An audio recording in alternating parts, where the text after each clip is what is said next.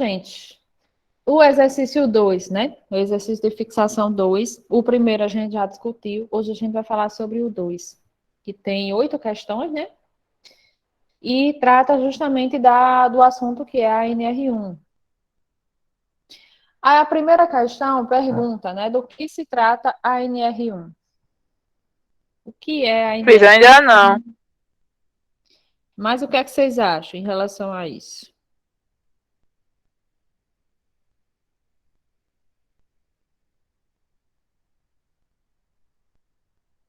Alguém lembra do que se trata a NR1?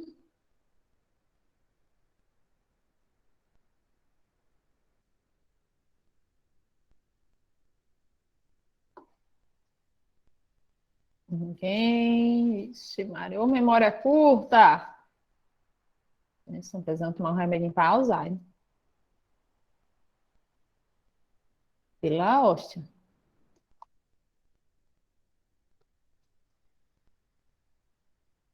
Ninguém? E boa noite, Felipe. Esqueci de dar boa noite para você. Ninguém? Ninguém se habilita?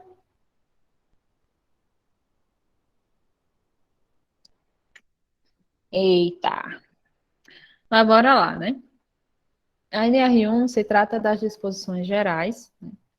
É tratado tudo que vai ser tratado de forma geral nas NRs, né? Traz um pouco sobre o campo de aplicação, né? De forma geral, a importância das normas regulamentadoras, né? O que é que tem a ver isso com a segurança e saúde no trabalho, vem trazer algumas diretrizes, enfim, traz as disposições gerais e traz sobre o GRO, né, que é o gerenciamento de riscos ocupacionais, e é inclusive por isso que nós estamos falando sobre isso, porque se a gente tivesse vivenciando a NR, o PPRA ainda, a gente não estaria falando da NR1, na verdade, não teria necessidade.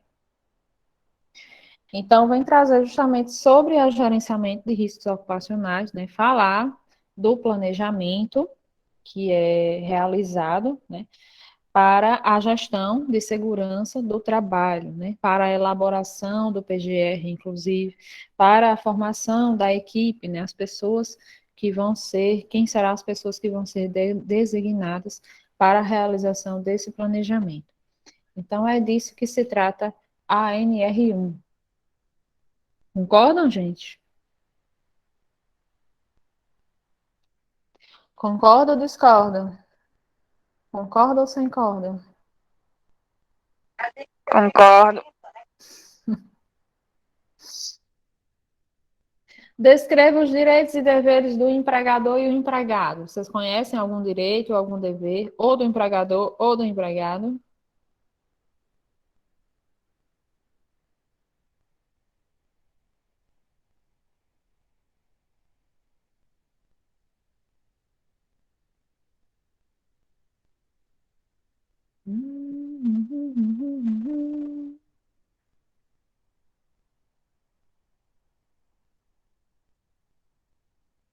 Vocês trabalham, minha gente?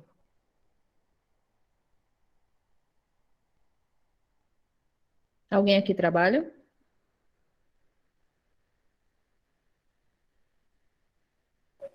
Eu trabalho. Cumpri horário. Como é seu nome? Missilene. Missilene. Desculpa, Missilene, é porque eu não estou vendo quem é que está Tá falando, bom. tá? Você trabalha onde? Trabalho numa empresa de gelo. Gelo do Reginaldo. Ah, lá em Reginaldo, do Gelo. Certo. É aqui em Açu, né? É. Certo. Então, aí me diga uma coisa. Lá vocês usam algum equipamento de proteção individual? Eu trabalho no escritório, mas quem trabalha na produção usa. Sim, usa, né? Mas aí me É. diga uma coisa, quem é que dá esses equipamentos? Eles trazem de casa, é? O empregador é quem fornece os equipamentos para o empregado trabalhar, né? Sim, é em todo canto? Se tiver a CLT, tem que ser o empregador.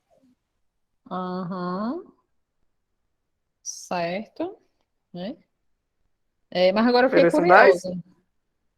Não, ainda não. Deixa você dizer uma coisa mais difícil. Aí a gente pensa. Mas me diga uma coisa, Miss Lene, lá o pessoal atrás de casa é os... Vixe, eu tô fazendo Não, fofoca. não. A empresa é quem fornece, é quem dá. Ótimo, que bom, que bom. Então, gente, é, nós temos aqui na verdade, dois deveres, né? O dever do empregador e o dever do empregado. No caso, o empregador ele tem o dever de fornecer, mas o empregado ele tem o dever de usar, né? Isso é um dever do empregador, ou do empregado, perdão. Não apenas ele tem direitos, como ele tem deveres, né? Então, um deles é usar o equipamento de proteção individual que é fornecido pelo empregador. Então, esse é um dos deveres, né? Vamos para cá. Abrir aqui. Ok. Vamos vir aqui para os direitos e os deveres. Cabe ao empregador, né? Cumprir e fazer cumprir as disposições legais e regulamentares sobre segurança e saúde no trabalho. Ou seja, tudo que for necessário cumprir de acordo com as NRs, de acordo com a, a sua empresa, né? Os riscos referentes que estiverem presentes na sua empresa, que os seus trabalhadores estão expostos, no caso, o empregador ele tem que cumprir, né? O empregador ele também tem outro dever, que é informar aos trabalhadores, né? Passar informação. E que informação é essa? Primeira, os riscos ocupacionais existentes nos locais de trabalho. Quando você vai trabalhar, no caso, o empregador ele tem que dizer, olha, aqui você está exposto a esse risco, né? Está descrito lá no nosso antigo PPRA, quais eram os riscos, mas a gente vai fazer essa medida para te proteger desses riscos, de forma bem direta, na verdade. Outra informação, as medidas de prevenção adotadas pela empresa para eliminar ou reduzir tais riscos. Isso aí, ele já disse, né, nessa minha fala, nesse meu teatro, já disse os riscos e já disse como prevenir também. Os resultados dos exames médicos e de exames complementares de diagnóstico aos quais os próprios trabalhadores forem submetidos. No caso, o empregador ele tem que fornecer, né, esse subsídio para que o trabalhador ele vá fazer, o empregado, na verdade, ele vá fazer esses exames e os resultados eles precisam ter, os empregados eles precisam ter acesso, né, aos resultados. Os resultados das avaliações ambientais realizadas nos locais de trabalho. Ou seja, qual é o nível de risco dessa empresa, né? Seria muito interessante, na verdade, é interessante que o empregador ele diga, né? Ele forneça esse tipo de informação. Outro tipo de dever do empregador, elaborar ordens de serviço sobre segurança e saúde no trabalho, dando ciência aos trabalhadores, né? É mais uma vez você passar informações.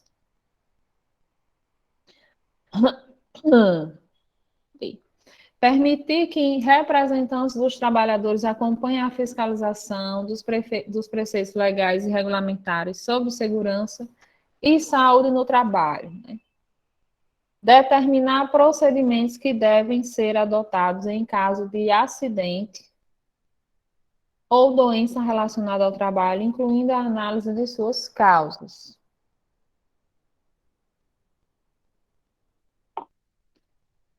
Disponibilizar a inspeção do trabalho, todas as informações relativas à segurança e saúde no trabalho.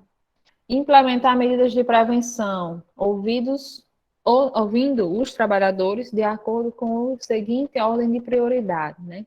Essa é a nossa ordem de prioridade, que ela é fundamental que a gente saiba, né? Quando a gente perguntar lá na prova, imagina aí. Ixi, já estou imaginando. Qual é a ordem de prioridade, né, para as medidas de prevenção? Aí vai estar lá a ordem. Eliminação de fatores de risco. 2, minimização e controle de fatores de risco com a adoção de medidas de proteção coletiva, né? Então, a primeira coisa que a gente vai fazer é eliminar o risco, né? Muitas vezes essa eliminação ela não é possível, porque se a gente elimina o risco, a gente acaba eliminando o trabalho. No caso, as pessoas precisam do emprego e o empregador ele precisa realmente da empresa dele, né? Então, isso pode não acontecer, a eliminação do fator de risco totalmente, né? A minimização e controle dos fatores de risco com a adoção de medidas de proteção coletiva, né? Eu posso adotar uma medida que venha a atingir a todos de uma vez só, né? O risco existe, mas a proteção, ela acontece. 3, minimização e controle de fatores de risco com a adoção de medidas administrativas ou de organização do trabalho.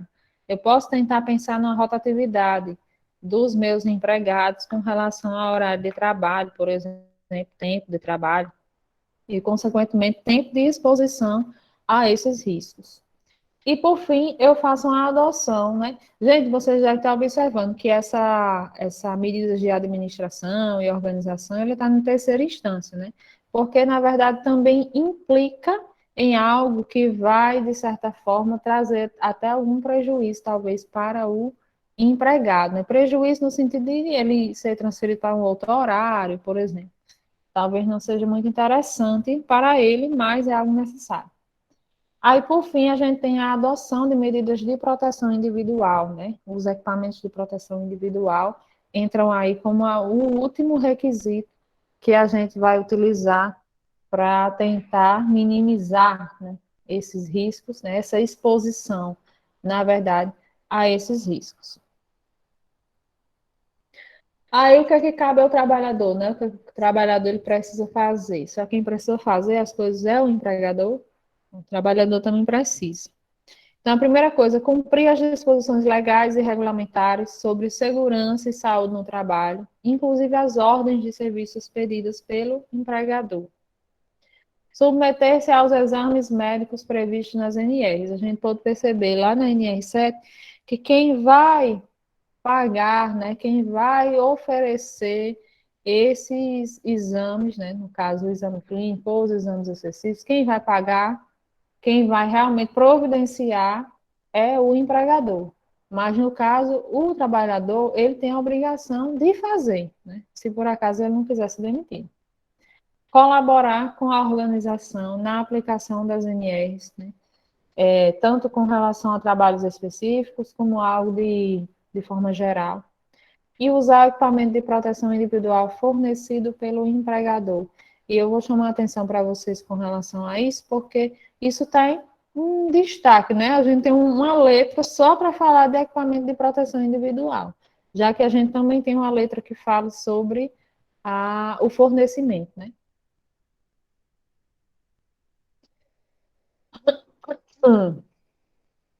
Aí o que é ato faltoso, né? Recusa injustificada do empregado ao cumprimento do disposto das alíneas subitem anterior, ou seja, você se recusar, na verdade, a realizar, é um ato faltoso.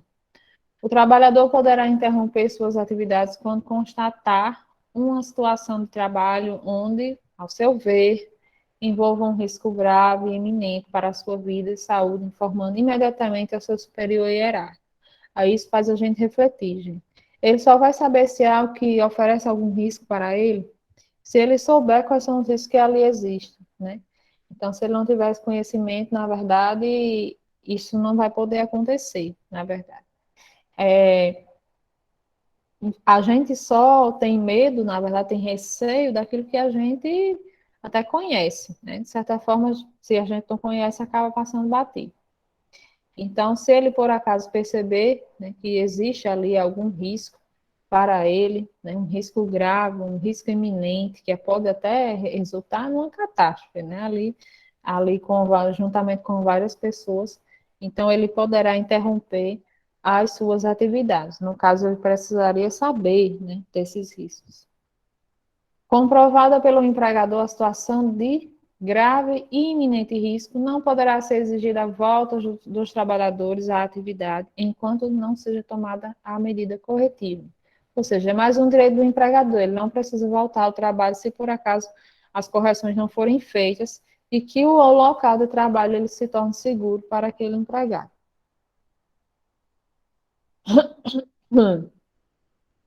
Todo trabalhador, ao ser admitido ou quando mudar de função que implique em alteração de risco, deve receber informações sobre, né? A gente pode observar que lá na NR7 vem trazendo quais são os momentos em que os trabalhadores eles vão realizar exames, por exemplo, né? E um deles é quando tem uma alteração de risco. Então, quando é que ele vai receber essas informações? Né? Os riscos ocupacionais que existam ou possam originar-se nos locais de trabalho. Os meios de prevenir e controlar tais riscos. Eles precisam ter esse tipo de conhecimento. As medidas adotadas pela organização. O que é que está sendo feito? Os procedimentos a serem adotados em situação de emergência e os procedimentos a serem adotados em conformidade com os subitens 143 e 1431. As informações podem ser transmitidas durante os treinamentos e por meio de diálogos de área de segurança, documento físico ou eletrônico. A gente discutiu bastante sobre isso, né? Inclusive sobre a viabilidade disso acontecer. Né? Isso vai depender, a forma como as informações elas vão ser passadas, vai depender, né, do tipo da empresa, né, como são os trabalhadores, na verdade é algo que a gente vai sempre estar avaliando. Quando eu terminar essa parte, eu queria que vocês me lembrassem de mostrar um vídeo para vocês sobre isso. Já acabou, então é agora. Só parar de apresentar aqui e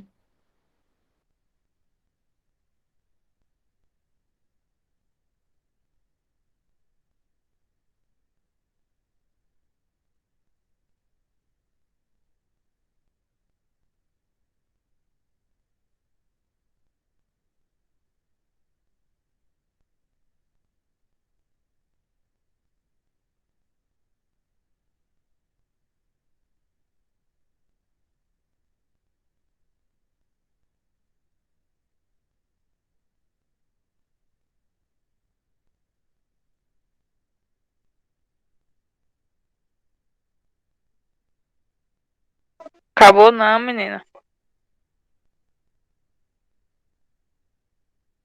Ela vai passar um vídeo agora.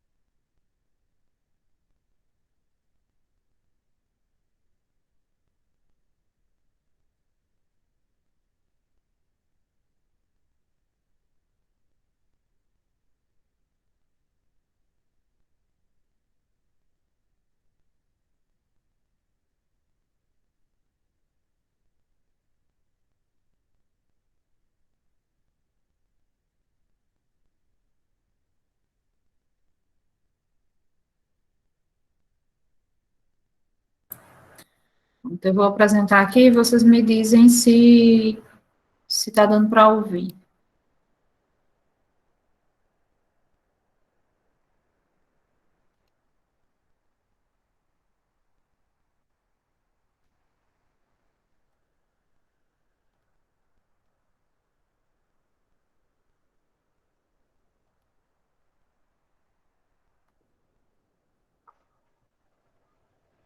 Atenção deficiente em um sistema. Tá dando para ouvir, gente? Tá show. Tá. Mais um simples engano.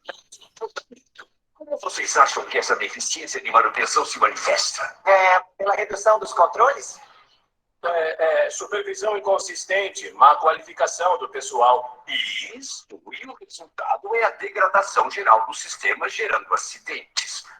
E não faltam exemplos. Esquecemos de trocar o óleo do carro e o motor funde. Enchemos fios desencapados e provocamos o curto-circuito. Bom, vamos ver como esse longo abandono para manutenção acabou criando as condições necessárias para um sério acidente na planta petroquímica de Bhopal, na Índia. Imagens, por favor. No centro da Índia, no estado de Madhya Pradesh, está a cidade de Bhopal, com 800 mil habitantes. E perto da estação de trem, o complexo petroquímico de uma filial do grupo norte-americano Union Carbide. Aqui são fabricados pesticidas e principalmente o carbaryl, com matérias-primas muito tóxicas, como o isocianato de metila. A planta que emprega quase 1.000 operários é próspera.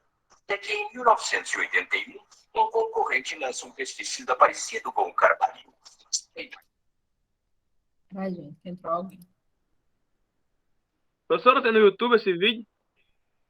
Oi? Tem no YouTube? Eu não sei, foi uma pessoa que mandou para mim.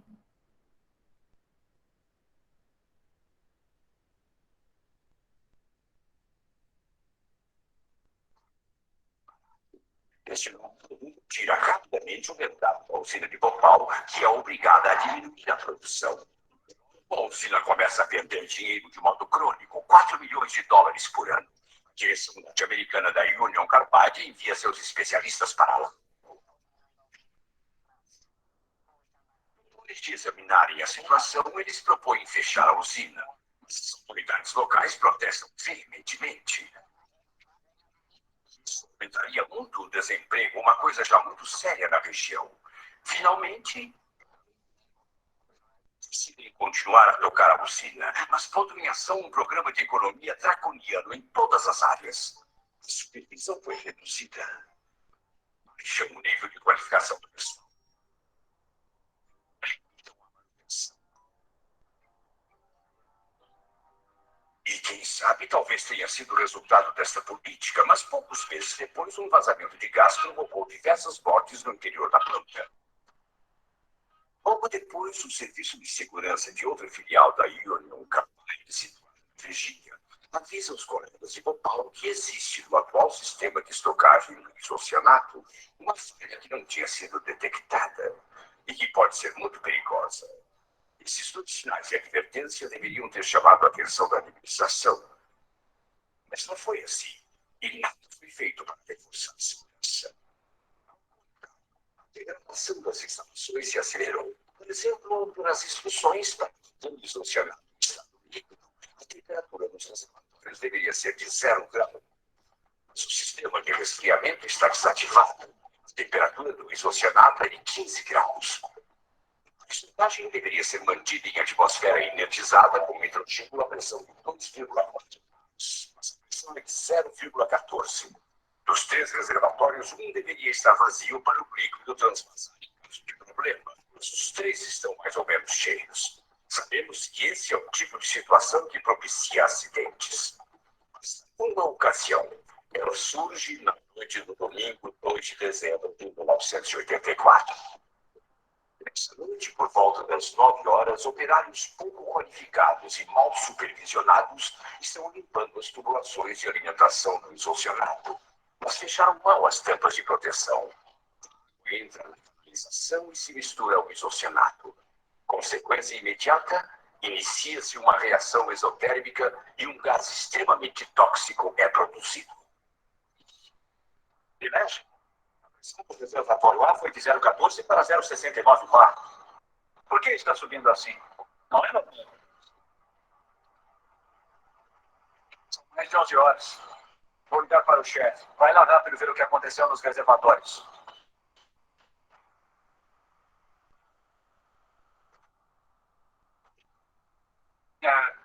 noite, o chefe está? Ele não está? Ah, é muito importante.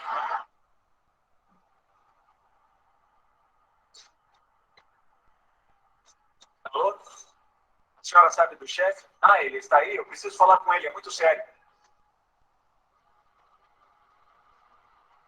A pressão continua a subir no reservatório A. Já passou de 2 bars, vai explodir. Viu alguma coisa nos reservatórios? Tem um vazamento de isocianato. E a pressão continua subindo. Com quanto é acionada a segurança? Acho que com 2,76. Nós estamos quase nisso. Realmente, com 2,76 bares, a válvula de segurança se abre automaticamente e uma torrente fenomenal de gás, 327 kg por minuto, inunda a torre de neutralização. Até aqui, os sistemas de segurança funcionaram bem. Agora seria preciso neutralizar esse gás mortífero injetando soda cáustica. Pronto. Agora funcionou. O gás passou para a torre. Anda, acione a injeção de soda. Aperte, vai. Aperte. Estou apertando, mas não acontece nada. A pressão continua subindo. Estamos com 6 bars. Vou ver uma nova de operação. Sei que tem uma segunda salvaguarda. A pressão está em 10 bars. A temperatura é de 150 graus. E o comando de injeção de soda não está funcionando. Então vamos mandar o gás para queimar. Abra a válvula. Puxa, está aberto.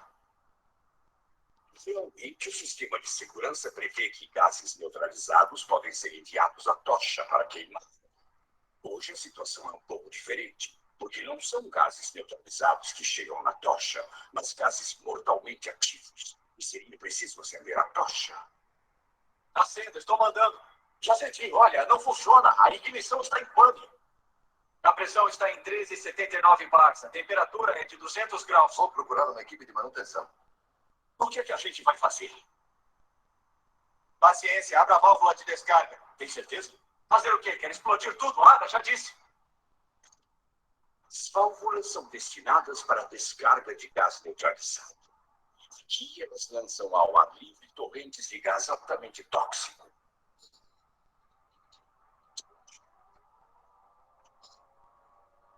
Em alguns minutos, o gás mortal se espalha sobre a estação e os bairros pobres.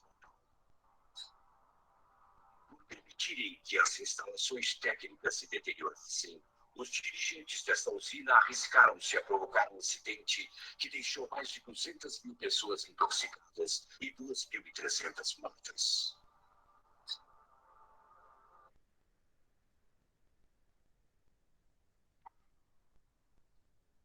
Manutenção deficiente em um sistema.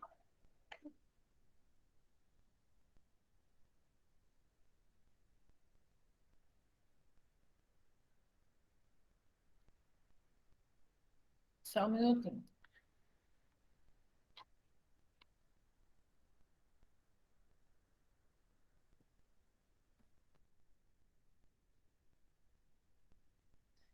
Esse vídeo é bem interessante, né? Porque ele traz uma situação real, na verdade, que aconteceu. Mas a gente chama atenção com relação ao que a gente está falando, porque traz a respeito de informação, né? Você viu que era algo que estava acontecendo na empresa por falta de investimento, na verdade.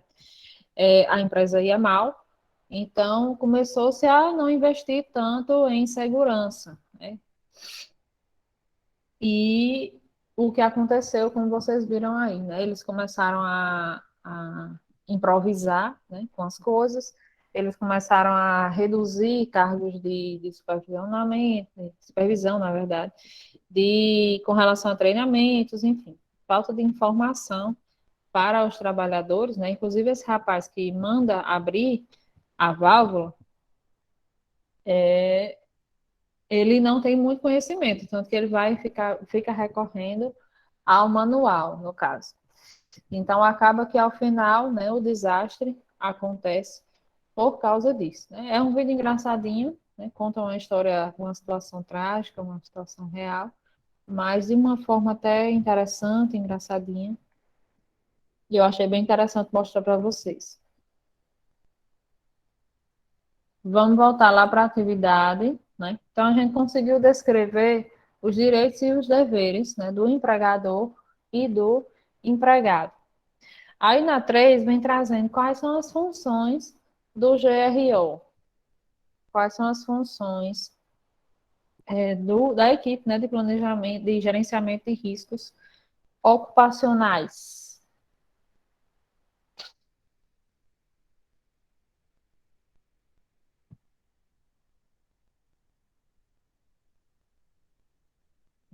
Alguém?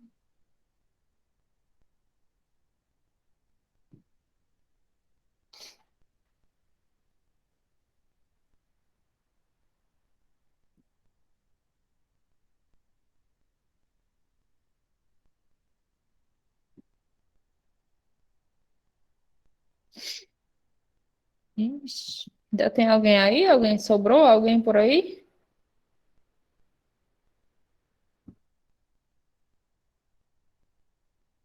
Pessoal, dei pelo menos uma respirada para eu saber que vocês estão aí.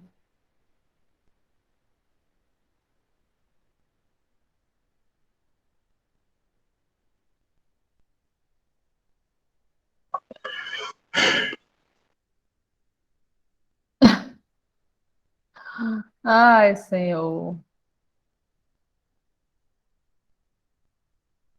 Essa foi ótima.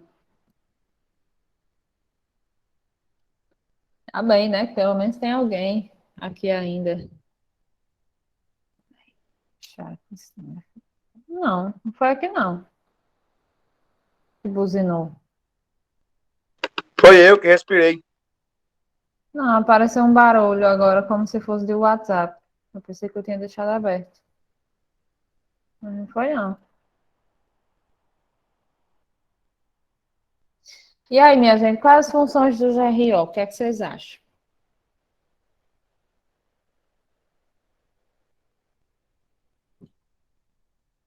Para que serve o GRO? Para gerenciar os riscos ocupacionais. Sim, sim. Riscos físicos, químicos, biológicos. Sim. Aí como é que a gente vai fazer esse gerenciamento? Porque para gerenciar a gente precisa acompanhar, né? De certa forma.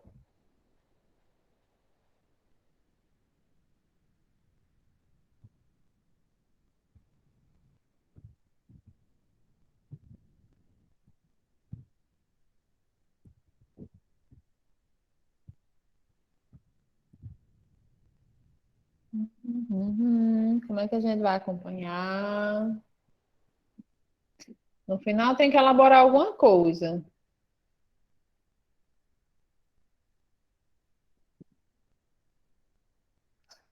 No final, eu lembro que vai ter que elaborar alguma coisa.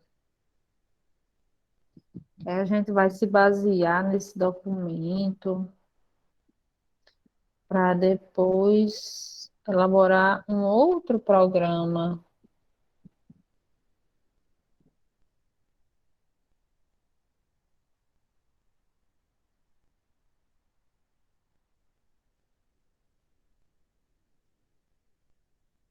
E aí, nada?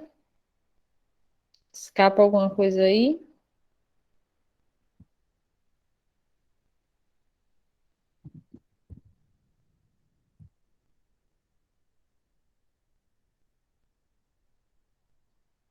Qual é o documento que vai se originar a partir do GRO? Alguém lembra?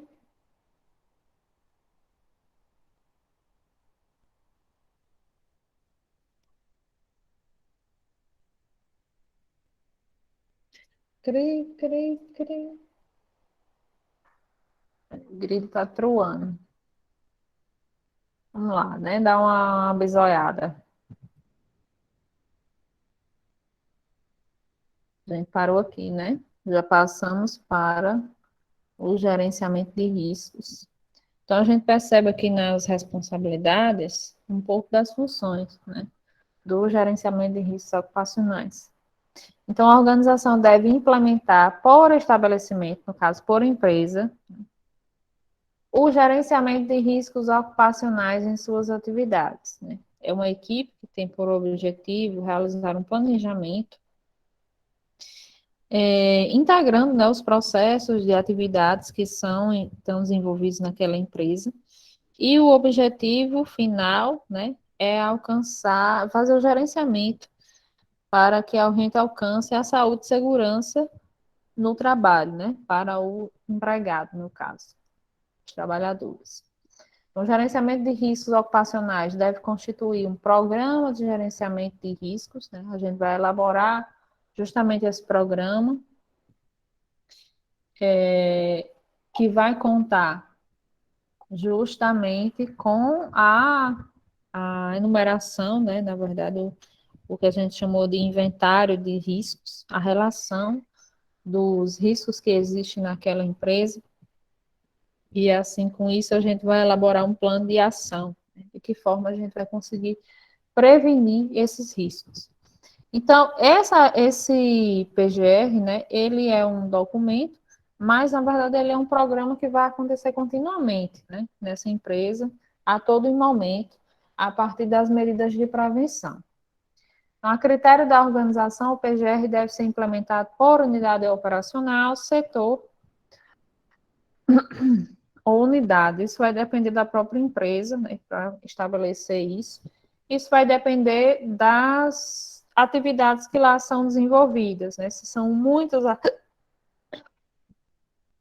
atividades diferentes ou não, são atividades semelhantes, talvez seja melhor fazer, né, em toda empresa, mas se são muitas atividades diferentes, talvez seja melhor fazer por atividade ou por setor. O PGR deve ser atendido por sistemas de gestão, desde que estejam cumprindo as exigências previstas nesta NR e em dispositivos legais de segurança e saúde no trabalho. O PGR deve contemplar ou estar integrado com planos, programas e outros documentos previstos na legislação de segurança e saúde no trabalho. Um desses programas é o PCMSO. Aí, o que a gente vai conseguir com isso, né?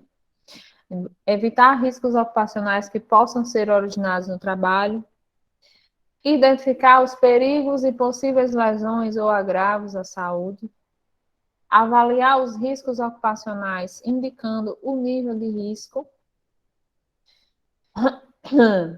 Isso a gente vai conseguir identificar a partir daquela atividade que é realizada naquela empresa, né?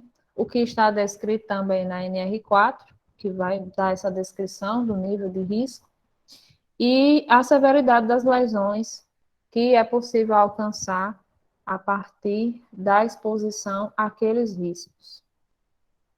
Classificar os riscos ocupacionais para determinar a necessidade de adoção de medidas de prevenção. Implementar medidas de prevenção de acordo com a classificação de risco na ordem de prioridade estabelecida na linha G do subitem 141. Acompanhar o controle dos riscos ocupacionais. E a gente, quem é que lembra como é que se dá as medidas de prevenção, né? Qual é a ordem de prioridade que a gente tem? Qual é a primeira prioridade? Alguém lembra? Eliminação do risco? Isso, a eliminação do risco, né? A primeira coisa que a gente deve fazer pela ordem de prioridade na prevenção dos riscos. A segunda coisa é qual? Quem lembra?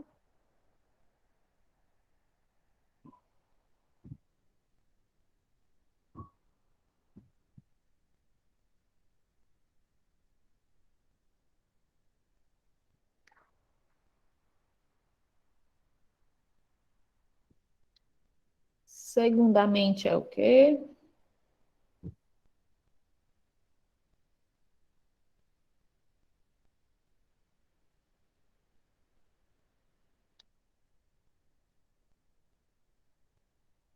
O grilo está troando hoje. Opa! Chegou mais uma colega.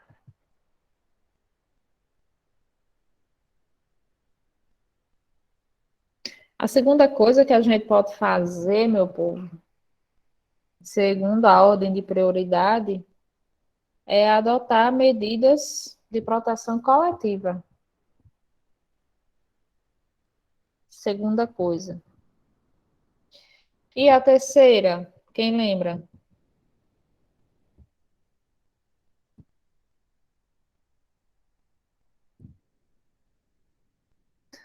Terceira coisa, o que é que eu posso fazer para tentar solucionar esse problema?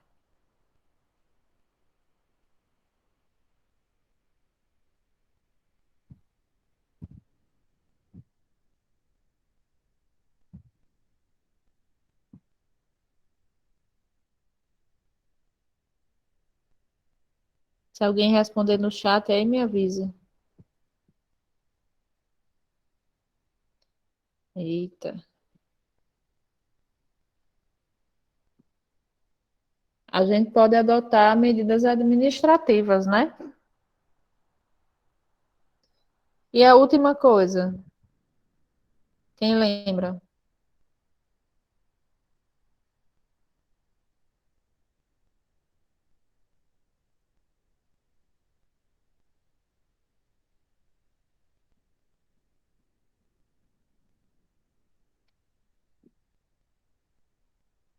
Foi todo mundo embora, certeza. Gente, não vão embora não, me deixe falando sozinha não, porque eu não tô nem vendo se vocês saíram. Daniel, respirei de novo.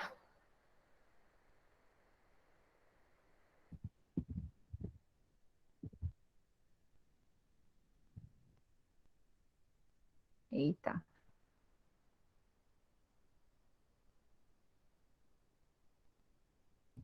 Bom, última coisa, a gente vai fazer a utilização do equipamento de proteção individual.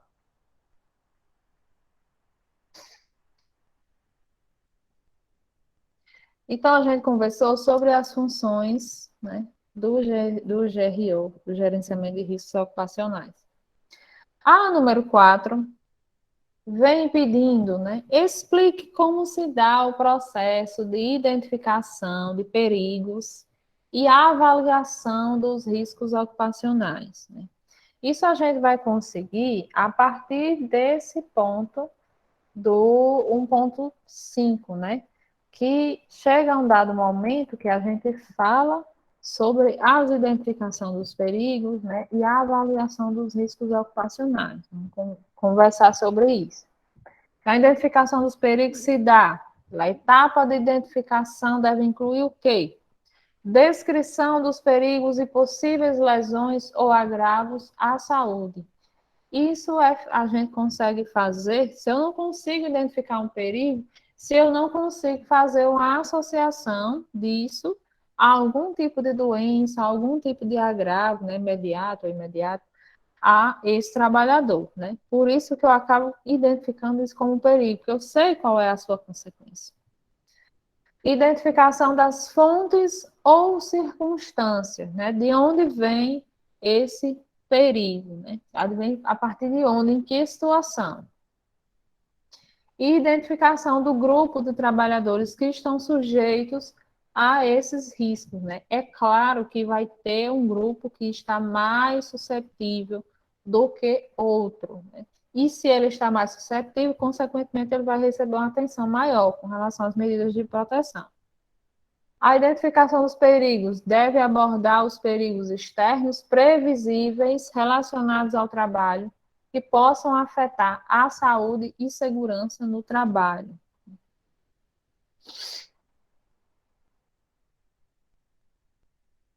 E a avaliação dos riscos ocupacionais. A organização deve avaliar os riscos ocupacionais relativos aos perigos identificados em seus estabelecimentos, de forma a manter informações para a adoção de medidas de prevenção. Então, se faz necessário fazer uma avaliação desses grupos, desses riscos, para que se possa elaborar, né, essas medidas de prevenção. Para cada risco, deve ser indicado o nível de risco ocupacional, determinado pela combinação da severidade das possíveis lesões ou agravos à saúde com probabilidade ou chance de sua ocorrência, né? É claro que eu tenho uma empresa que lida com um determinado risco, mas aí esse risco, ele está, a pessoa exposta a esse risco, ela está sujeita a lesão X, né, doença X, mas a gente também tem que dar atenção à probabilidade da sua ocorrência. Como eu falei, existem alguns que eles vão estar mais suscetíveis do que outros. As pessoas que trabalham diretamente com aquele risco vão estar mais sujeitos do que a pessoa que está no outro setor, né? Inclusive, a gente estava conversando aqui com a Missilene, e ela falou que quem trabalha, né, na fábrica mesmo, na fabricação, utiliza EPI XYZ. No caso, ela, como trabalha em escritório, ela está menos suscetível, né? Qual a probabilidade dela adquirir esse problema de saúde, né, essa doença, é menor, né? É uma chance de ocorrência menor do que quem está lá na fábrica trabalhando diretamente com aquilo. A organização deve selecionar as ferramentas e técnicas de avaliação de riscos que sejam adequadas ao risco ou circunstância em avaliação, né? Então, se naquela empresa eu tenho um risco X, então eu preciso conseguir os elementos necessários para realizar a avaliação, a medição, e não elementos que são necessários para um outro tipo de atividade. Não faz sentido. A gradação da severidade das lesões ou agravos à saúde pode levar em conta a magnitude da consequência e o número de trabalhadores possivelmente afetados, né? É uma doença grave, o que isso pode resultar, fazer com que essas pessoas realmente tenham um agravamento da sua saúde, e isso é algo que vai atingir a muitas pessoas. A magnitude deve levar em conta as consequências da ocorrência de acidentes ampliados.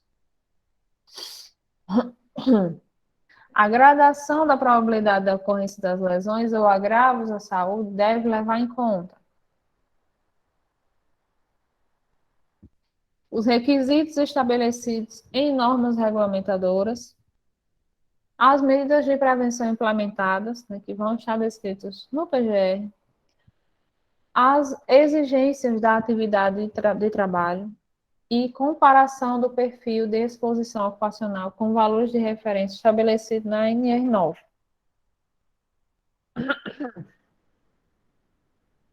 Após a avaliação, os riscos ocupacionais devem ser classificados, observado o subitem 15442, para fins de identificar a necessidade de adoção de medidas de prevenção e a elaboração do plano de ação.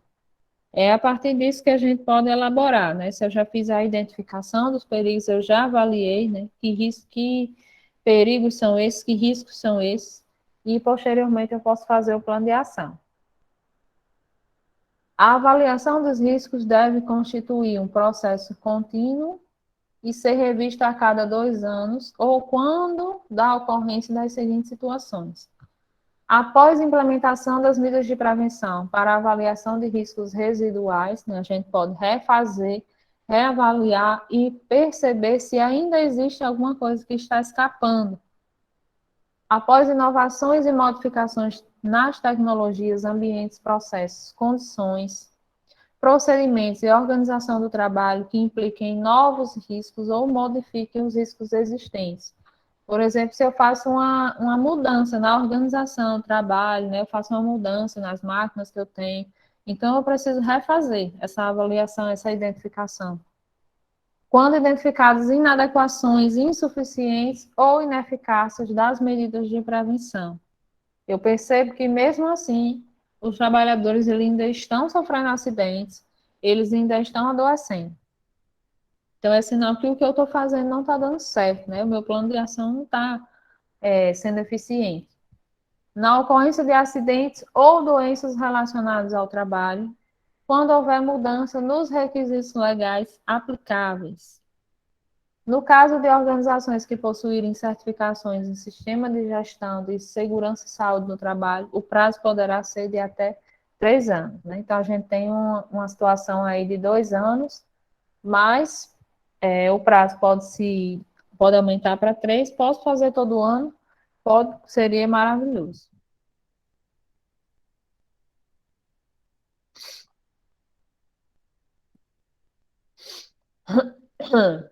Número 5, minha gente. Como o GRO determina a preparação para emergências? Isso já está previamente determinado e estabelecido.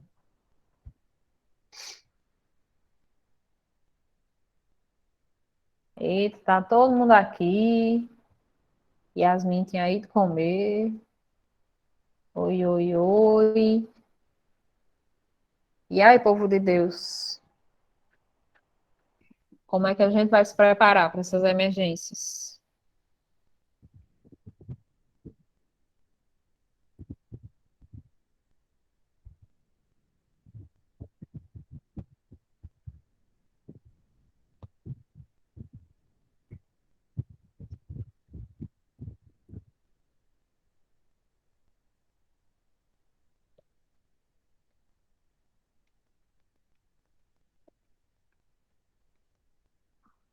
Pergunta mais fácil. Vocês imaginam na casa de vocês acontecer alguma coisa inesperada que pode trazer algum tipo de prejuízo para vocês? Vocês imaginam isso acontecer assim de repente?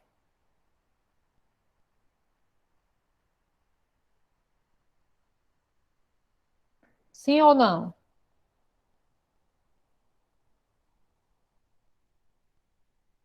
Sim. Aí me diga uma coisa, vocês têm alguma coisa, já pensaram em alguma coisa que vocês pensem assim, se acontecer isso, eu faço isso. Vocês já pensaram um pouco sobre isso? Eu não pensei não. Ah, eu acho que pensaram, minha gente. Por exemplo, quando a gente tranca a porta, né, da nossa casa, a gente está prevenindo aqui uma situação de roubo, né? Por exemplo. Mas aí, por exemplo, um ladrão entrou dentro de casa, a cozinha pegou fogo, alguma pessoa da família de vocês passou mal, né? Sofreu uma queda, sofreu um acidente dentro de casa, né? Qual é o protocolo aí da casa de vocês? Nenhum, professora, que eu não tenho protocolo, né? Para acordar, minha bem. Possa ser que a gente chegue em alguma solução, né? No protocolo. Ai, minha gente, quando começou a Covid, né? Era uma coisa que eu pensava muito. Digo, meu Deus, se isso queima o juízo da gente, viu? Se eu ou meu esposo adoecer, como é que vai ser? Estava pensando nisso, né? Já pensando num procedimento a ser realizado, né? Num protocolo a ser seguido. Isso eu não, nem conversava com ninguém, não. Ficava aqui só pensando, na minha cabeça. Então, na verdade, essa preparação que a gente tem, né, nos ajuda muito numa situação de emergência, né, numa situação de urgência, que a gente precisa agir, né, para tentar solucionar aquele problema, né, salvar uma pessoa. E aí vocês já, inclusive, estudaram sobre isso, né, sobre primeiros socorros, né, urgência e emergência. E a gente sabe que nas empresas, né, isso não é diferente, na verdade. Na verdade, até acontece de forma mais eficaz, porque no caso são mais pessoas, né, dentro de um mesmo lugar, realizando determinadas atividades, e muitas vezes essas atividades elas são perigosas. Então, a gente precisa, na verdade, que exista um protocolo, né, uma preparação aí, e alguns elementos que estejam ao nosso alcance, que nos ajudem justamente a solucionar esses problemas de emergência, né? Então, isso precisa estar determinado também no nosso PGR, né? E isso vai ser determinado a partir do gerenciamento de riscos ocupacionais. Então, vamos lá para o nosso slide de novo.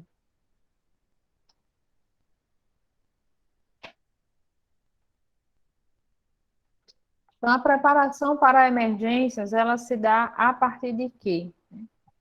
A organização deve estabelecer, implementar e manter procedimentos de respostas aos cenários de emergências, de acordo com os riscos, as características e as circunstâncias das atividades. E isso é uma coisa bem simples que a gente pode adquirir, né, justamente para se preparar para uma emergência, é um kit de primeiros socorros, por exemplo, né? E as coisas que vão estar nesse kit, isso vai depender do que a empresa trabalha, né? Por exemplo, você trabalha com objetos que são quentes, né? Local que é muito quente, então a gente tem que lidar com queimaduras, por exemplo, né? Ou então, se trata de manuseio de máquinas perigosas, como serradeira, essas coisas. Então, a gente já pode ficar pronto para uma situação em que alguém encerra o dedo, né? Tem algum tipo de acidente nesse sentido. Então, esse é só um exemplo, né? Daquilo que a gente tem que ter. Fora dizer aqueles instrumentos que eles são necessários de acordo com o número de pessoas que estão naqueles estabelecimentos, né? E a gente tem que ter, no caso, os extintores, por exemplo. Os procedimentos de resposta aos cenários de emergências devem prever os meios e recursos necessários para os primeiros socorros, encaminhamento de acidentes e abandono, de acidentados, perdão, e abandono. As medidas necessárias para os cenários de emergências de grande magnitude, quando aplicável, né?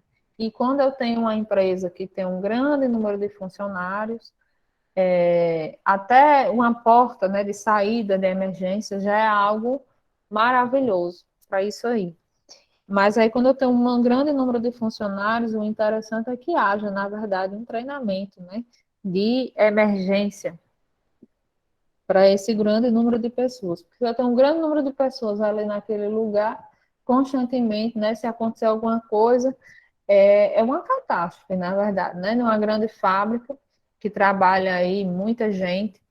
Então, é uma catástrofe. E os profissionais de saúde, que no caso chegarão, né, para atender, bombeiros, enfim, não dá conta, minha gente. Não dá conta se umas pessoas não ajudarem as outras. Eu não estou dizendo que ninguém vai entrar no meio do fogo, ou no meio do, sei lá o quê, tiver explodido, ou no meio dos escombros, para buscar ninguém, não. Mas a ajuda, ela acontece, né, a partir do momento em que a gente faz o acolhimento e a recepção das vítimas. A gente consegue perceber, por exemplo, se é uma vítima que anda sozinho, né? Uma pessoa que está machucada, mas está andando sozinho. Então, existe já um ponto positivo, né, nessa relação.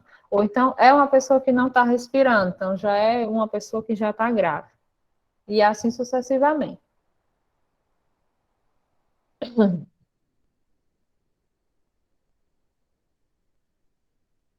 Quais as informações devem conter no PGR?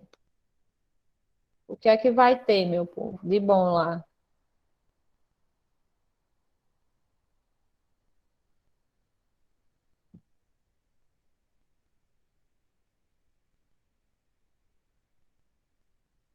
Uhum, uhum.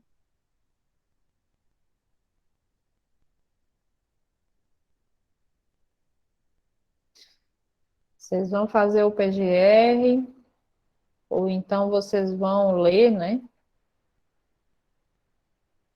O que é que vai ter lá? Quais são os documentos que tem? Tem que ter no mínimo duas coisas.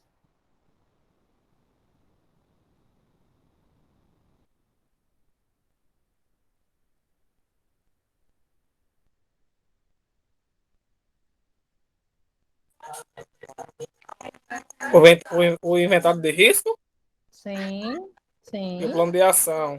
Ah, Gente, falaram muito bem. Vamos bater palma. Palmas para a Kleber, né, Kleber? É, tô podendo falar não, que aqui é muita zoada, por isso que eu nem falo. Ah, tá, entendi. Muito bom, muito bom. Que bom que você falou, né? Para eu saber como estou falando sozinha. Muito bom que você falou. Mas é isso mesmo, né? As duas informações que são essenciais que devem conter no PGR, né? As demais, elas são complementares, mas tem que ter no mínimo essas duas informações. O inventário de riscos, e com o inventário de risco, minha gente, já é muita coisa. Tá? Já é muita coisa, porque não é só escrever risco físico, risco não sei o que, o risco ruído, ou sei lá o que for. A gente precisa dizer, né, o porquê que aquilo ali está nessa condição de risco ruído, né? E dizer posteriormente, a partir do plano de ação, né, quais são as ações que vão ser implementadas para a prevenção desses riscos. Então, essas são as duas informações que são essenciais nesse momento. Número 7. Quais empresas estão dispensadas da elaboração do PGR? Quem lembra quais são as empresas que estão dispensadas?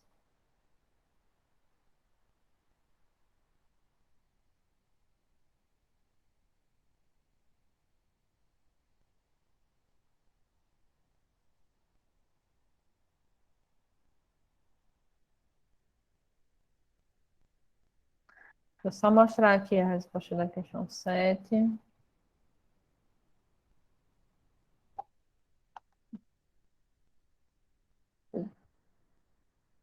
Inventário de riscos e o plano de ação.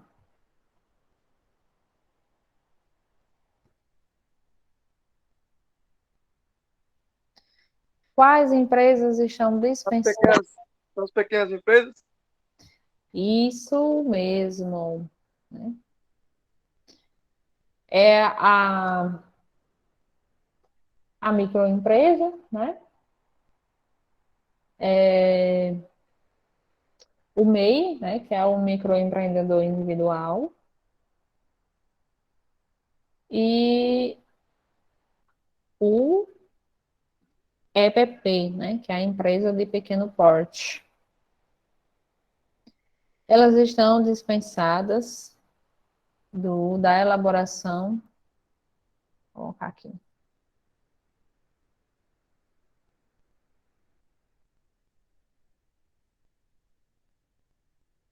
São dispensadas de realizar o PGR. Descreva a ordem de prioridade para a prevenção de riscos. Ixi, essa aí eu já perguntei. Vocês já me disseram. E vou perguntar de novo. Primeira atitude, primeira ação de prevenção na nossa escala de prioridade. Qual é a primeira prioridade?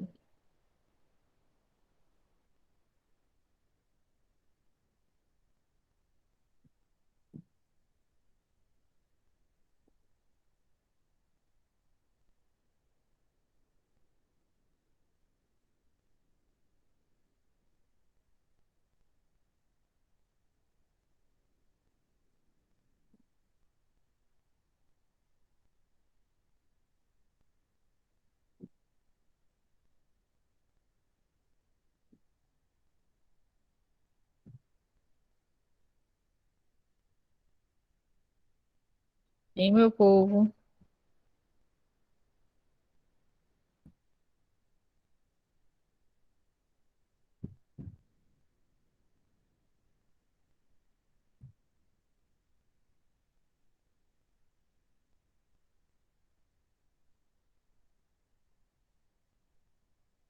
Ixi, sem jantar, não foi?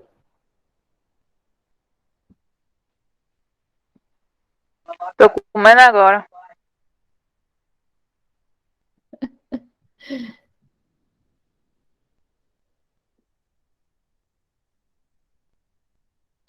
Primeira Eu queria coisa. reconhecimento, Oi? reconhecimento. Não. Isso aí eu já reconheci. Já reconheci que tem um risco. Então, o que é que a gente vai fazer? Colocar a mão na cabeça e rezar.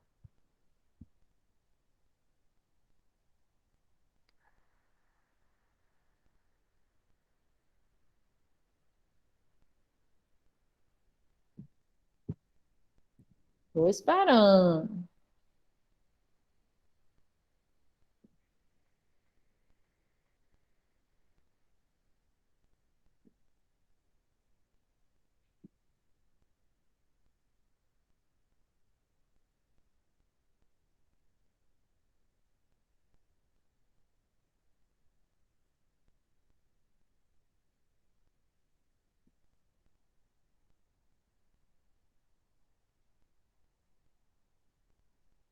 Primeira atitude, meu povo.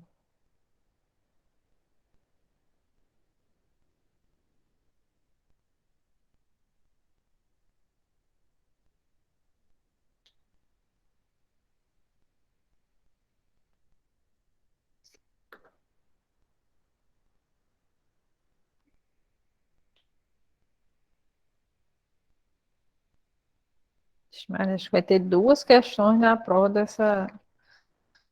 dessa pergunta.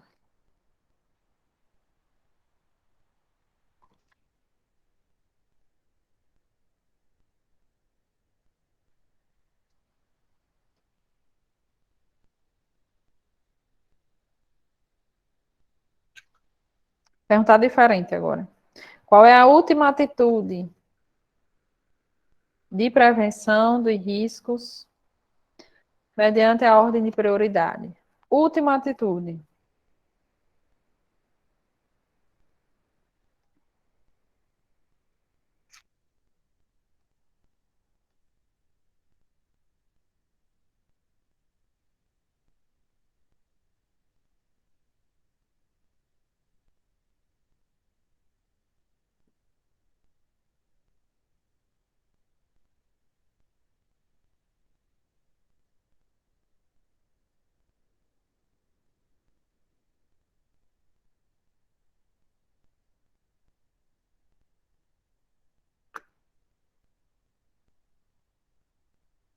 Nada? Ninguém lembra?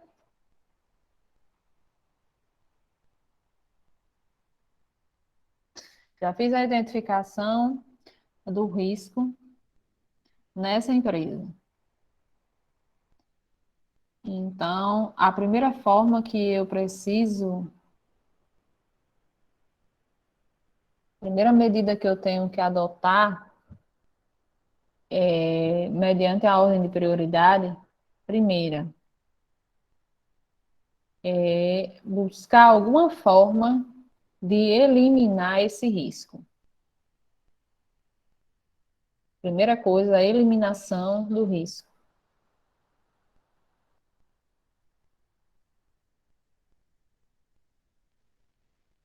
Segunda coisa, medidas de proteção coletiva. Terceira coisa, Professora, licença, é para a gente responder assim do jeito que a senhora está dizendo? mas é claro, Sim. as outras questões são coisas muito longas, né? Mas eu vou precisar que vocês resumam. Vocês podem resumir, dizer com as palavras de vocês, enfim. Tá certo, tá bom. Ótimo. Então, gente, mas essa ordem aqui de prioridade, né? Elas são 4 tópicozinhos, né? Para a gente poder saber, né? Vamos em busca. O quarto é o EPI? O quarto é o EPI, sim, senhor. Sim, senhor. Quarta e última opção. Quem lembra do terceiro? Vocês falem, vocês deixam só a Não professora é, falar. não é, pô. Tá mudo, emudeceram. A outra tá comendo agora, tá com a boca cheia. Tanto que eu falo. Ué, meu filho, por que você tá tão calado hoje? Me perdi no meio do tempo aqui, assim. Devagar, se eu encontro. Onde que está escrito isso?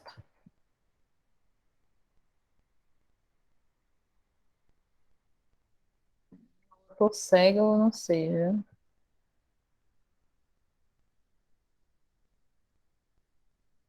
Ah, que eu ainda não passei.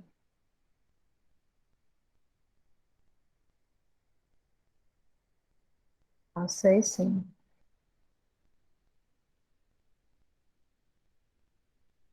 Vou aumentar aqui. A vista tá sabe.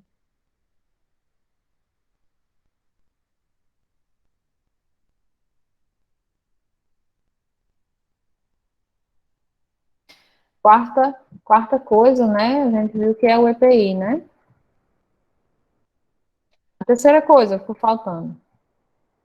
Primeira coisa é a eliminação do risco. Segunda medida, medidas de proteção coletiva. Ai, que susto.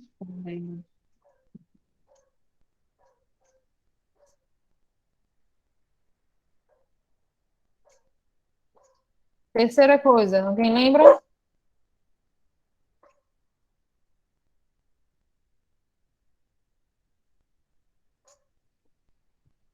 Achei.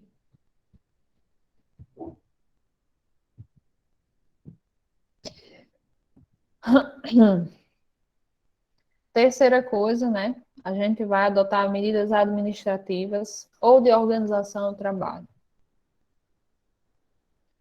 Pode retirar, mudar o trabalhador de função, por exemplo, né? Mas a gente não vai conseguir mudar todo mundo, né? De função, a gente pode pensar na rotatividade dos trabalhadores que estão expostos diretamente a esse risco. Ok, meu povo?